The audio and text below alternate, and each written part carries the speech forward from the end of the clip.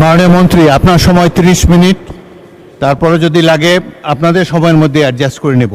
মাননীয় স্পিকার, আপনাকে ধন্যবাদ। আমাদের এখানে we have many pulse in our string. Already একজন বক্তৃতা দিয়েছেন, আরও দিবেন মাননীয় আইনমন্ত্রী। আমি না দিলে অনেক সময় খুশি হয় অনেকে। আমি ভাবছিলাম আমাদের আরও জুয়েলস যারা আছে তাদেরকে আজকে একটা একটা করে প্রকাশিত করব। মানে স্পিকার, অনেক ধন্যবাদ আপনাকে। আমি মাঝে মধ্যে আজকে একটু দেখব, কারণ রেকর্ডের ব্যাপার অনেক কিছু এখানে উত্থাপিত হয়েছে। আমাদের মাননীয় বিরোধী দলের অনেক বিজ্ঞ সদস্য, ব্যারিস্টার্স, অ্যাডভোকেটস যারা আইন কানুন সংবিধান উদ্ধৃত করেছেন, মজবুরিতে আমাকেও কিছু কিছু জবাব দিতে হবে। আজকে যে নোটিশটা মাননীয় বিরোধী দলীয় নেতা মুলতবি প্রস্তাবের জন্য উত্থাপন করেছেন, লিখিত কাগজটা আমার কাছে আছে। এখানে জুলাই জাতীয় সনদ, সংবিধান সংস্কার বাস্তবায়ন আদেশ 2025, আদেশ নম্বর 1 2025, আমি পড়ছি ওনারটা। এর অনুচ্ছেদ 10 অনুযায়ী সংবিধান সংস্কার পরিষদের অধিবেশন আহ্বান প্রসঙ্গে, এটাই হচ্ছে আজকের ফ্যাক্টিং ইস্যু, আলোচ্য বিষয়। তা আসি, এই 10 অনুচ্ছেদ সংবিধান সংস্কার বাস্তবায়ন আদেশের কি, সেটা হচ্ছে পরিষদের অধিবেশন আহ্বান, কোরাম ভোটদান ইত্যাদি সংসদ নির্বাচনের ফল ঘোষিত হইবার 30 পঞ্জিকা দিবসের মধ্যে যেই পদ্ধতিতে জাতীয় সংসদের প্রথম অধিবেশন আহ্বান করা হইবে, অনুরূপ পদ্ধতিতে পরিষদের প্রথম অধিবেশন আহ্বান করা হইবে। এটা একটি আদেশ। তাদের বক্তব্য অনুযায়ী এই পরিষদের অধিবেশন কেন রাষ্ট্রপতি আহ্বান করলেন না? এবার সংবিধানে আসি। আর্টিকেল 72 অনুসারে রাষ্ট্রপতি প্রধানমন্ত্রীর পরামর্শ অনুযায়ী, লিখিত পরামর্শ অনুযায়ী সংসদের অধিবেশন, প্রথম অধিবেশন, সময় স্থান নির্ধারণ করে প্রজ্ঞাপন করেছেন। আর্টিকেল 73 অনুসারে তার ভাষণ দেওয়ার কথা, তিনি এখানে ভাষণ দিয়েছেন। আমাদের মাননীয় বিরোধী দলের সদস্যগণ তার ভাষণ শুনতে চান নাই, ওয়াকআউট করেছেন, ভালো কথা, কিন্তু তার ভাষণের উপর আলোচনা করছেন এবং 50 ঘন্টা আলোচনা হবে ইনশাআল্লাহ। মাননীয় মহামান্য রাষ্ট্রপতির কাছে সংবিধান অনুযায়ী আমাদের কোনো কোনো সদস্য এখানে আছেন, উপদেষ্টা হিসেবে শপথ নিয়েছেন। সংবিধান তখন ভালো ছিল, রাষ্ট্রপতিও তখন ভালো ছিল, কিন্তু ভাষণের দিন উনি মনোপুত হলেন না আর কি। যাই হোক, এখন এই আদেশটা নিয়ে যে আমরা আলোচনা করব, আদেশের অনুবলে যে সংবিধান সংস্কার পরিষদের অধিবেশন কেন আহ্বান করা হবে না, তার উপর যে আলোচনা করব, আদেশটা কি, কিছু কিছু জবাবের মধ্যে চলে আসবে। মাননীয় বিরোধী দলের একজন সদস্য বলেছেন এই আদেশটা বৈধ আইন। এইখানেই হচ্ছে বিতর্কটা। এই আদেশটা বৈধ আইন না। রাষ্ট্রপতি আদেশ জারি করতে পারতেন, পাস্ট টেন্স। 1971 সালের 26শে মার্চের পরের থেকে বাংলাদেশের সংবিধান প্রণীত হওয়ার আগ পর্যন্ত বাংলাদেশের স্বাধীনতার ঘোষণাপত্র অনুযায়ী এবং সেই অনুযায়ী laws continuance enforcement order 1971 10th April এবং the Bangladesh constitution provisional constitution order 1972, এই অনুসারে রাষ্ট্র পরিচালিত হয়েছে। রাষ্ট্রপতি অর্ডার জারি করেছেন, রাষ্ট্রপতির অর্ডার অনুসারে নবগঠিত রাষ্ট্র পরিচালিত হয়েছে। আদেশগুলো সবগুলোকে বৈধতা দিয়ে সংবিধানের প্রথম এবং 4th তফসিলে বৈধতা দেওয়া হয়েছে, কন্টিনিউশন হয়েছে। আমি সেই আদেশকে বৈধ আদেশ মনে করি। যে হাইকোর্টের আদেশ, যে রুলিংয়ের কথা বললেন, সেই আদেশগুলোকে আইনে পরিণত, আইন বলে স্ট্যাটাস দেওয়া হয়েছে। অবশ্যই আর্টিকেল 152 অনুসারে একটা হচ্ছে ল, আরেকটা হচ্ছে এক্সিস্টিং লস। আইন এবং প্রচলিত আইন দুই জায়গাতেই আদেশ হচ্ছে বৈধ আইন। অন্যান্য প্রথা, রুলস সব কিছু বৈধ আইন, আদেশও আইন। কিন্তু এই আদেশ ছিল, কিন্তু আদেশ জারি করার ক্ষমতা 1973 সালের 7ই এপ্রিলের পর রাষ্ট্রপতির আর রইল না। চতুর্থ তফসিলের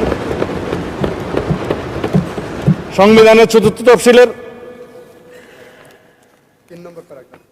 ধারা 3 সাবসেকশন 2 সাবসেকশন 3 অনুসারে যে সমস্ত আদেশ জারি হয়েছিল সেটা বৈধ, এবং যে সমস্ত আদেশ জারি হয়েছে সেটা পরে রাষ্ট্রপতি বাংলাদেশে প্রণীত সংবিধানের সাথে সামঞ্জস্যপূর্ণতা দেওয়ার জন্য সেটা আদেশ সংশোধনও করার ক্ষমতা দেয়া হয়েছে। এবং সেখানে আপনি দেখবেন 2 বছরের টাইম লিমিট করে দেওয়া হয়েছিল। আমি দেখে বললে ভালো বলি না, সেই জন্য এমনি বলি। তো সেই জায়গায় 2 বছরের সময়সীমা 1974 সালের একটা দিবসে শেষ হয়, সেটা আমি পরে বলবো, এখানে দেখে বলতে হবে। কিন্তু চতুর্থ তফসিলের ধারা 17 সাবসেকশন 2 লাস্ট প্যারাগ্রাফ অনুসারে বাংলাদেশের রাষ্ট্রপতির আর আদেশ জারির ক্ষমতা রইল না। তারপরে দেখে নিতে পারেন। তারপরে রাষ্ট্রপতি আদেশ জারি করলেন কিভাবে, সেটাই হচ্ছে আজকের ফ্যাক্টর ইস্যু। যে আদেশের জন্মই বৈধ হলো না, সেই আদেশ হবে ভয়েড অ্যাব ইনিশিও লিগ্যাল ল্যাঙ্গুয়েজ, সূচনা থেকেই অবৈধ। এইবার বক্তৃতায় আসি। মাননীয় স্পিকার, এই আদেশটা রাষ্ট্রপতির অধ্যাদেশ না হওয়ার কারণে 133টি অধ্যাদেশ উপস্থাপন করা হলেও সংসদের প্রথম দিনে এই আদেশটা উপস্থাপন করা হলো না, কারণ এটা না হয় অধ্যাদেশ না হয় আইন। আমি সেজন্য বলেছিলাম এটা হয়তো কোনো নিউট্রাল জেন্ডার হতে পারে। এনিওয়ে, এই আদেশটি অন্তর্বর্তীকালীন সরকারের অন্তহীন একটি প্রতারণার দলিল, এটা আমি আজকে আবার পুনরুচ্চারণ করছি। এই আদেশের 10 ধারা অনুযায়ী সংবিধান সংস্কার পরিষদের যে অধিবেশন আহ্বান করার কথা আমাদের মাননীয় বিরোধী দলীয় নেতা উত্থাপন করেছেন, সেইটা ফ্যাক্টর ইস্যু সম্পর্কে আমি আজকে বলে ফেললাম। এখন রাষ্ট্রপতি যে রাষ্ট্রপতি 72 অনুচ্ছেদ অনুসারে যে সংবিধানের নির্দেশ বিধান অনুসারে প্রধানমন্ত্রীর লিখিত পরামর্শ অনুযায়ী এই মহান জাতীয় সংসদের অধিবেশন আহ্বান করেছেন, স্থান এবং সময় নির্ধারণ করেছেন, সেটাও বলেছি।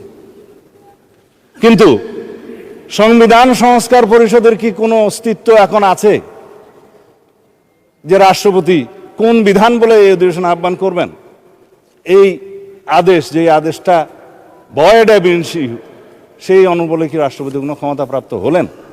হ্যাঁ, যদি আমরা এখানে সবাই সম্মত হতাম, সংবিধান সংশোধন হয়ে যেত, সেখানে রাষ্ট্রপতিকে ক্ষমতা দেয়া হতো এবং রাষ্ট্রপতি সেই অনুসারে সংবিধান সংস্কার পরিষদের গঠন করতেন।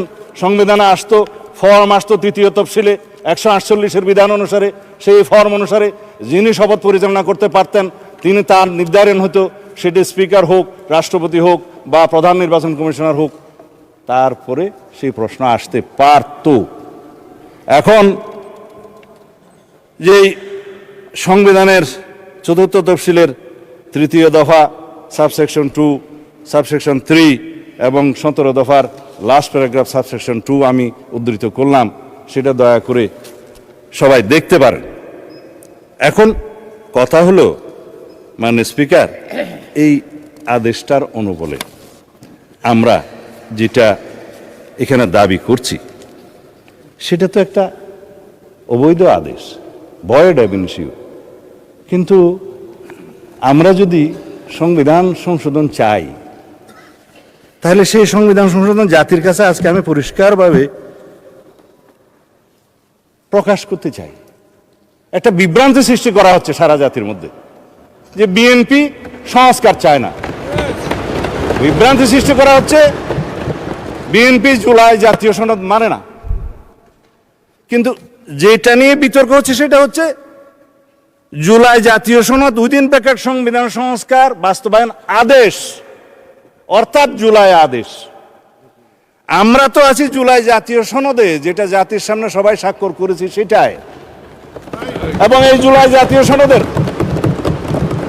2025-এর ঐতিহাসিকভাবে যেটা স্বাক্ষরিত হয়েছে, বাংলাদেশের সকল রাজনৈতিক দলের, গণতান্ত্রিক রাজনৈতিক দলের ফেসিবাদী বাদে যেটা রাজনৈতিক সমঝোতার দলিল হিসাবে স্বাক্ষরিত হয়েছে, এই দলিলের প্রত্যেকটি অক্ষর, শব্দ, বাক্য আমরা ধারণ করি এবং প্রতিবাদ। প্রশ্ন উঠেছে প্রশ্ন উঠেছে যে আমরা এই আদেশের অনুবলে কেন আমরা গণভোট যেটা অনুষ্ঠিত হয়েছে সেটা মানছি না। আসেন, গণভোট অনুষ্ঠিত হয়েছে, এই গণভোটের প্রস্তাবক তো আমরা ছিলাম। আমি প্রস্তাব দিয়েছিলাম বিএনপির পক্ষে যে অন্যান্য রাজনৈতিক দল জুলাই জাতীয় সনদ যখন স্বাক্ষরিত হবে, তখনও হয়নি, সেটার আইনি ভিত্তি দেওয়ার জন্য সবাই একটা দাবি উত্থাপন করলেন। বললাম হ্যাঁ, জনগণের সম্মতি নেওয়া যায়। এই জুলাই জাতীয় সনদের পক্ষে জনগণ আছে কি নাই? কারণ এই জুলাই জাতীয় সনদের দুইটা ভাগ। প্রথম ভাগ হচ্ছে সংবিধান সংশোধন সাপেক্ষে আমরা সংস্কারের বিষয়সমূহ এখানে বলা আছে 1 থেকে 48, 1 থেকে 47 সংবিধান সংশোধন সাপেক্ষে সংস্কারের বিষয়সমূহ লেখাই আছে। সংবিধান সংশোধন সাপেক্ষে সংস্কারের বিষয়সমূহ যদি এই জুলাই সনদের পক্ষে জনগণ হ্যাঁ বলে, তাহলে পরে আমরা সংবিধান সংশোধন করতে পারবো সেই 47টা বিষয়ে। উইথ নোট অফ ডিসেন্ট, প্রত্যেকটা নোট অফ ডিসেন্টে বলা আছে যে সমস্ত রাজনৈতিক দল বা জোট তাদের নির্বাচনী ইশতেহার উল্লেখপূর্বক যদি জনগণের ম্যান্ডেট লাভ করে, তাহলে তারা সেই মতে ব্যবস্থা গ্রহণ করতে পারবে। আগামী কালকে অথবা পরশু সম্ভবত আরেকটি মুলতবি নোটিশের উপরে আমরা আলোচনা করতে চাইব। আমরা দিচ্ছি না, বেসরকারি সদস্যরা দিচ্ছে। সেখানে এই জুলাই জাতীয় সনদের প্রত্যেকটি ধারা ও উপধারা কি কি আছে সেই বিষয়ে কথা হবে, প্রতিশ্রুতি বিষয়ে। আমি আজকে ওখানে বিস্তারিত যাব না। এটার দ্বিতীয় ভাগ হচ্ছে যে সমস্ত সংস্কারের বিষয়ে আমরা একমত হয়েছি, সেই বিষয়ের মধ্যে কিছু আইন আছে সংশোধন করতে হবে, কানুন আছে, বিধি আছে, বিধান আছে, সেটার জন্য সংবিধান সংশোধনের প্রয়োজন হয় নাই বিধায় ইন্টারিম গভর্নমেন্ট অনেক অধ্যাদেশের মাধ্যমে সেগুলো সংশোধন করেছেন, এক্সিকিউটিভ অর্ডারের মাধ্যমেও করেছেন। আমরা এগ্রিড হয়েছি। তবে সেই সমস্ত অধ্যাদেশগুলো বিধান মতে বাংলাদেশের নির্বাচিত জাতীয় সংসদে উত্থাপন করতে হয়েছে। আর্টিকেল 93 অনুসারে আইনমন্ত্রী সেটা করেছেন। And this is the supremacy of the parliament, and this is the sovereignty of the people, and this is the sovereign house of the nation. এই sovereign হাউসের ক্ষমতা হচ্ছে, এখতিয়ার হচ্ছে রাষ্ট্রপতি অধ্যাদেশ জারি করতে পারলেও ইন বিটুইন 2 সেশনস সেটা এই মহান সংসদে পাশ করে নিতে হবে উইদিন 30 ডেজ। এটাই হচ্ছে সার্বভৌম পার্লামেন্টের সার্বভৌমত্ব। মাননীয় স্পিকার, আমরা এখন যদি এটার পোস্টমর্টম করতে চাই, রাষ্ট্রপতির এই আদেশ কেন অবৈধ, তার যুক্তিসমূহ একটু বলি। 7ই এপ্রিল 1973, আগে যেটা বলছিলাম, এই তারিখ থেকে বাংলাদেশের প্রথম জাতীয় সংসদ বৈঠক অনুষ্ঠিত হওয়ার পর রাষ্ট্রপতির আদেশ জারির ক্ষমতা রহিত করা হইল সংবিধানে 4th তফসিলের 17 দফার 2 দফা, লাস্ট প্যারা। রাষ্ট্রপতির কোনো আদেশ এবং অধ্যাদেশ দ্বারা পরবর্তী সংসদের সার্বভৌম এখতিয়ারকে খর্ব করতে পারেন না। কেন পারেন না? আর্টিকেল 7, রাষ্ট্রের সকল ক্ষমতার মালিক জনগণ, এবং সেই জনগণের সার্বভৌমত্ব এখতিয়ার প্রয়োগের মাধ্যমে এই সংবিধান হচ্ছে সর্বোচ্চ আইন। Any laws inconsistent to the constitution will be buoyed, is buoyed, shall be buoyed to the extent of the inconsistency. এটাই হচ্ছে supremacy of the constitution, supremacy of the house, supremacy of the people of the country. সেই 7 অনুচ্ছেদ বলে কথা বলছি। এই 7 অনুচ্ছেদে 2টা ধারা যুক্ত করেছিল fascist Hasina, 7A and 7B, যেগুলা আনকনস্টিটিউশনাল ডিক্লেয়ার হয়েছে, নাল অ্যান্ড ভয়েড হয়েছে, হ্যাঁ, আল্ট্রা ভায়ারস কনস্টিটিউশন ডিক্লেয়ার হয়েছে। বলা হয়েছে নন এস্ট, মানে ইট ওয়াজ নট দেয়ার। ভার্ডিক্ট হাইকোর্টের এখনো পর্যন্ত আপিল হয়নি। সংবিধান সংস্কার বাস্তবায়ন আদেশের দফা 4, আমি এখান থেকে লিখেছি আর কি, আইন থেকে। গণভোটের ব্যালট উত্থাপিত প্রশ্ন। দফা ৮, সংবিধান সংস্কার পরিষদের সদস্য হিসেবে শপথ গ্রহণ।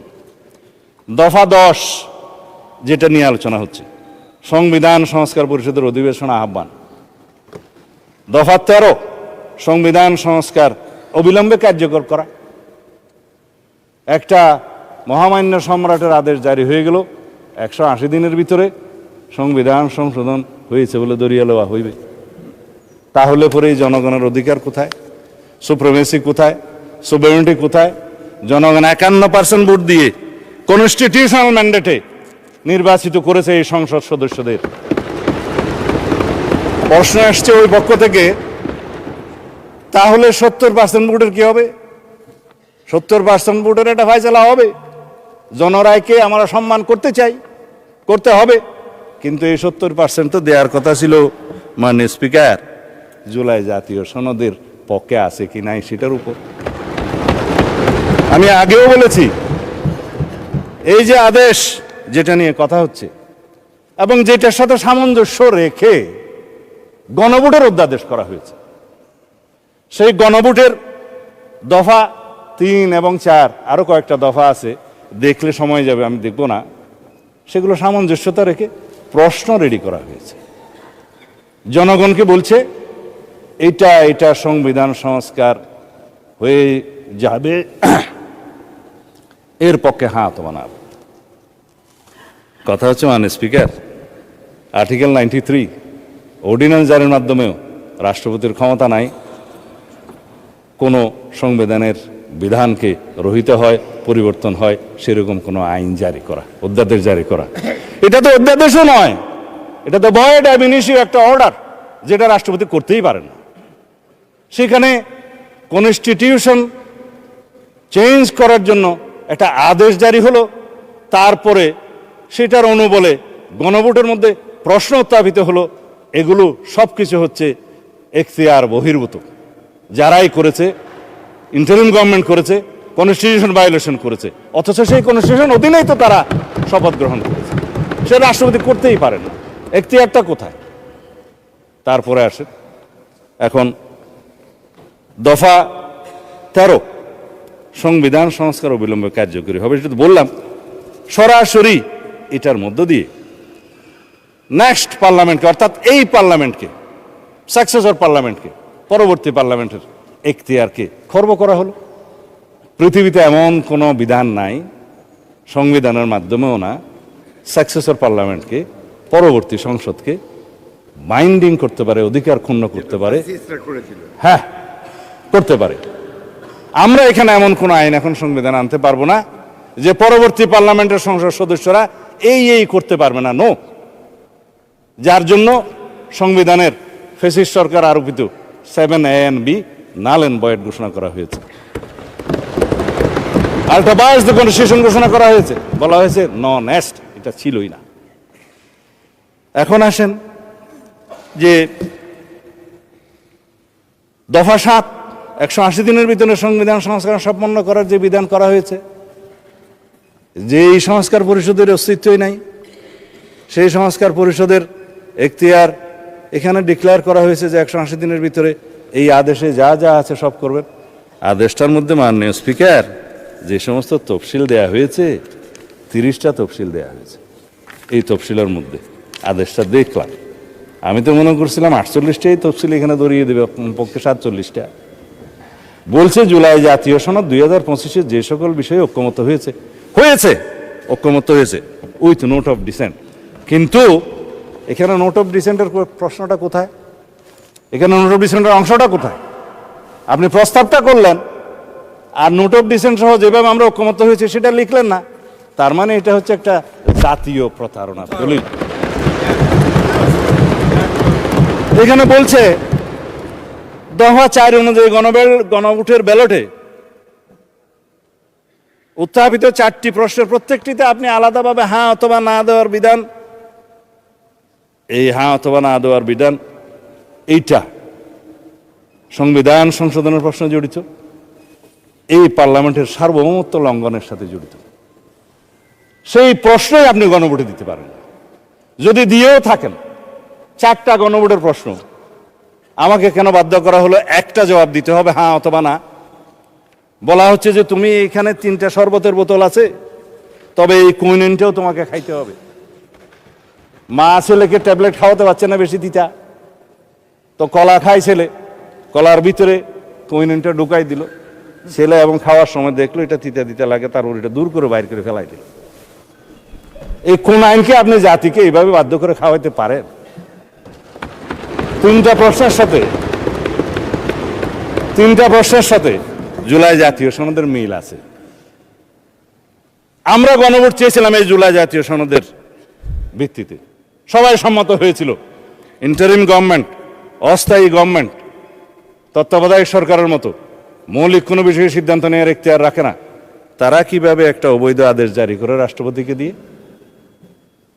আমি মহামান্য রাষ্ট্রপতির সাথে তখন কথা বলেছিলাম যে মহামান্য রাষ্ট্রপতি, আপনি কি আদেশ জারি করতে পারেন? বলে আমি তো পারি না, কিন্তু আমাকে পারাচ্ছে। তা এখন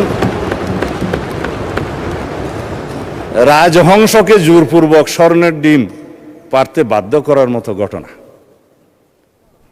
যাই হোক, এখন সেটা অবৈধ ডিম্ব হয়েছে।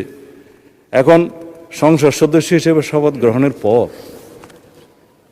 দফা 8 অনুসারে ওই আইনেরই, ওই আদেশেরই অস্তিত্বহীন সংবিধান সংস্কার পরিষদের সদস্য হিসেবে শপথ নেওয়ার কোনো বিধান না থাকার পরেও একজন মাননীয় ব্যারিস্টার সদস্য বলেছেন, না, আমার মাননীয় সদস্য বোধহয় ডক্টর শফিকুল ইসলাম মাসুদ বলেছেন, এই সংবিধান সংস্কার পরিষদের সদস্য হিসেবে শপথ নেওয়ার ফর্মটা আমি পটুয়াখালী থেকে আনি নাই, এখানে কে সাপ্লাই করলো? আমি একমত, প্রধান নির্বাচন কমিশনারের অফিস থেকে এই ফর্ম এখানে জাতীয় সংসদে দেওয়ার এখতিয়ার প্রধান নির্বাচন কমিশনার নাই। তিনি শপথ নিয়েছেন তফসিল 148 অনুচ্ছেদের অনুবলে তফসিল 3-এ সংবিধান সংরক্ষণের জন্য তিনি শপথ নিয়েছেন। তিনি শপথ ভঙ্গ করেছেন, সংবিধান লঙ্ঘন করেছেন। কেউ একজন সিভিল রাইট হিসেবে মামলাও করেছে, ওখানে পক্ষভুক্ত করে নাই নির্বাচন কমিশনকে, কিন্তু বার্ডিক যদি আসে নির্বাচন কমিশন যে এটা ভায়োলেট করেছে আসবে। আমি মাননীয় প্রধান নির্বাচন কমিশনারকে এখানে বলা ঠিক না, যেহেতু উনি অনুপস্থিত, এটা বিধান নাই, সেজন্য গড়িয়ে বলছি, প্রশ্ন করতে পারতাম, করছি না, যে আপনি সংবিধান সংরক্ষণের জন্য শপথ নিয়েছেন, এই ফর্ম আপনাকে দাখিল করা জাতীয় সংসদের সচিবের কাছে পৌঁছে দেওয়ার কি এখতিয়ার কে দিয়েছে, কোন আইন বলে দিয়েছে? জাতীয় সংসদের সচিব এখানে উপস্থিত আছে বলতে পারি, ভায়োলেশন তো হবে না। তিনি সেই ফর্মটা আমাদের কাছেও পাঠালেন, ওনাদের কাছেও পাঠালেন। আমরা তখন আমাদের নেতৃবৃন্দ মাননীয় প্রধানমন্ত্রীর সাথে আলাপ করে বললাম, আমরা তো আজকে শপথ নিতে যাব, এখানে তো 2বার শপথ নিতে হবে, দেখা যাচ্ছে প্রথমবার শপথ নেওয়ার পরে দ্বিতীয়বার শপথ নিলে তো আগেরটা ভায়োলেশন হয়ে যাবে, এখন কি করবেন? বলে আমি তো এমপি হিসাবে নির্বাচিত হয়েছি, ব্যালটের মধ্যে একটা দানের শীষ ছিল, আর একটা কোদাল মার্কা ছিল, আর একটা কি যেন ছিল, দাড়ির পাল্লা ছিল। আপনার খুশি হয়েছেন? ঠিক আছে, দাড়ির পাল্লাও ছিল, আচ্ছা শাপলাও ছিল না, ওনার আসনে শাপলা দাঁড়ায় নাই, ওনার আসনে শাপলা কুলি দাঁড়ায় নাই, ঢাকা 17-তে ছিল না, সেজন্য না ওনার আসনে দাঁড়ায় না, ঢাকা 17-তে দাঁড়ায় না। আপনাদের একজন ডাক্তার সাহেব দাঁড়াইছিল এবং ওনার পরিচয় দিছে যে আমি তারেক রহমানের বিরুদ্ধে ইলেকশন করতেছি, জানো না বলছি। তো উনি বললেন যে ব্যালটে তো এখানে সংবিধান সংস্কার পরিষদের সদস্য হিসেবে আলাদা কোনো ব্যালট ছিল না। ব্যালট ছিল না, ব্যালট ছিল না, বলে যে এখানে এমপি নির্বাচিত হওয়ার জন্য কনস্টিটিউশনাল ম্যান্ডেট হিসেবে নির্বাচন কমিশন সংসদ সদস্যদের নির্বাচনে একটা ব্যালট দিয়েছে, সেখানে আমরা সিলটিল দিয়েছি। আর একটা গণভোটের ব্যালট ছিল যে সংস্কার চাই কি চাই না, হ্যাঁ ওখানে হা না দিবে, জবরদস্তি দিয়েছে, দিল। 3টার মধ্যে ঠিক আছে, 1টার মধ্যে ঠিক নাই। 4টা প্রশ্নের মধ্যে। তো সেটা তো আর নির্বাচিত হয় নাই, সেটা হচ্ছে জুলাই জাতীয় সনদের পক্ষে আছে কি নাই। তো জুলাই জাতীয় সনদের পক্ষে তো আমরা আছি, সারা জাতি আছে। সেটা দিয়ে তো সংস্কার পরিষদের কোনো সদস্য এখানে নির্বাচিত হয় নাই। শপথ নেবেন কিভাবে? এই যে মাননীয় সদস্য গ্যাজেট নোটিফিকেশন দেখাচ্ছে, আমি তো গ্যাজেট নোটিফিকেশন দেখতে দেখতেই এই 70-এর কাছাকাছি আসছি। কোনটা গ্যাজেট আর কোনটা আইন সেটাই এখন বর্ণনা করছি। এখন সার্বভৌম জাতীয় সংসদের নির্বাচিত সদস্যগণ কিভাবে নির্বাচিত? সার্বভৌম জনগণের এখতিয়ার অনুসারে তাদের প্রতিনিধি হিসাবে তারা নির্বাচিত করেছে এই সার্বভৌম জাতীয় সংসদে প্রেরণ করার জন্য। আমরা ব্যক্তিগতভাবে কেউ সার্বভৌম নই, কিন্তু এই হাউস বাংলাদেশের একমাত্র হাউস যেটা সুভারেন, যেখানে যেই আলোচনায় আপনি করবেন এটা আদালতে নেওয়া যাবে না। এটাই হচ্ছে সার্বভৌমত্বের প্রকাশ। জনগণের সার্বভৌমত্ব, জনগণ জনপ্রতিনিধি নির্বাচিত করে সাংবিধানিক ভোটের মাধ্যমে আমাদের এখানে পাঠাইছে। আর একটা ভোট যেটা গণভোট হয়েছে সেটা সংস্কারের পক্ষে আছে কি না, হ্যাঁ অথবা না বলেন। আমার এই এখতিয়ার সংসদ সদস্য হিসেবে, এই সার্বভৌম সংসদের এখতিয়ার কি একটা গণভোটের সংস্কারের হ্যাঁ অথবা না দিয়ে 70%-এর কথা যেটা বলছে সেটা কি ভায়োলেট করা যায়? তারা তো বলেছে আপনি সংস্কার চান কি চান না, চেয়েছে। আমরা তো সংস্কার চাই, কিন্তু কিসের ভিত্তিতে চাই? যেটা রাজনৈতিক সমঝোতার দলিল হিসাবে জুলাই জাতীয় সনদ 2025 ভবিষ্যতের পথরেখা যেটা স্বাক্ষরিত হয়েছে ঐতিহাসিকভাবে, সেটার ভিত্তিতে সংস্কার চাই। আর প্রশ্ন উঠতে পারে গণভোট এবং তার ফলাফলের কি হবে? বলে ফেললাম, অসাংবিধানিক আদেশের অনুবলে বেআইনি কোনো আদেশের মাধ্যমে কোনো কিছুই বৈধতা পেতে পারে না মাননীয় স্পিকার। এই উক্ত জুলাই জাতীয় সনদ, সংবিধান সংস্কার বাস্তবায়ন আদেশ 2025 এবং গণভোট অধ্যাদেশ 2025, এই দুইটারই বৈধতা উচ্চ আদালতে চ্যালেঞ্জ করা হয়েছে, যা বিচারাধীন এবং রুল জারি হয়েছে বলে শুনলাম। অতএব বিচারাধীন বিষয়ে পার্লামেন্টে বিতর্ক হবে কি হবে না সেটা আলাদা বিতর্ক হতে পারে, এই বিতর্ক এখানে হবে কি হবে না। বাংলাদেশ জাতীয়তাবাদী দল বিএনপি এই স্বাক্ষরিত জুলাই জাতীয় সনদ 2025 এর প্রতিটি অক্ষর, শব্দ, বাক্যকে ধারণ করে বাস্তবায়নের জন্য জাতির কাছে আমরা অঙ্গীকারাবদ্ধ। আমরা জুলাই জাতীয় সনদের আলোকে জুলাই ছাত্র গণ অভ্যুত্থানের 2024-এর শহীদের আকাঙ্ক্ষা এবং জাতির প্রত্যাশা পূরণের প্রতিশ্রুতিবদ্ধ। এদেশের জনগণ বিএনপির নির্বাচনী ইশতেহার সমর্থন করে শতকরা 51% ভোট দিয়ে তাদের ম্যান্ডেট দিয়েছে বিএনপিকে। কিন্তু আমরা সরকারি দল, বিরোধী দল সবাইকে নিয়ে এই মহান জাতীয় সংসদে সমঝোতার ভিত্তিতে আলাপ আলোচনার মধ্য দিয়ে সংবিধানের গণতান্ত্রিক সংশোধনী আনতে চাই। বাংলাদেশের মানুষের বিশাল জনপ্রত্যাশার প্রতি আমরা সকলেই দায়বদ্ধ। আমি এখন কনক্লুড করব, এরপরে পলিটিক্যাল বক্তব্য আমি দেব না, কারণ সময় বোধহয় বেশি নাই। হ্যাঁ, আচ্ছা, 1 মিনিট সময় আছে আপনার। ঠিক আছে, আমি 1 মিনিটে, আপনারা একেবারে না বললেও ভালো।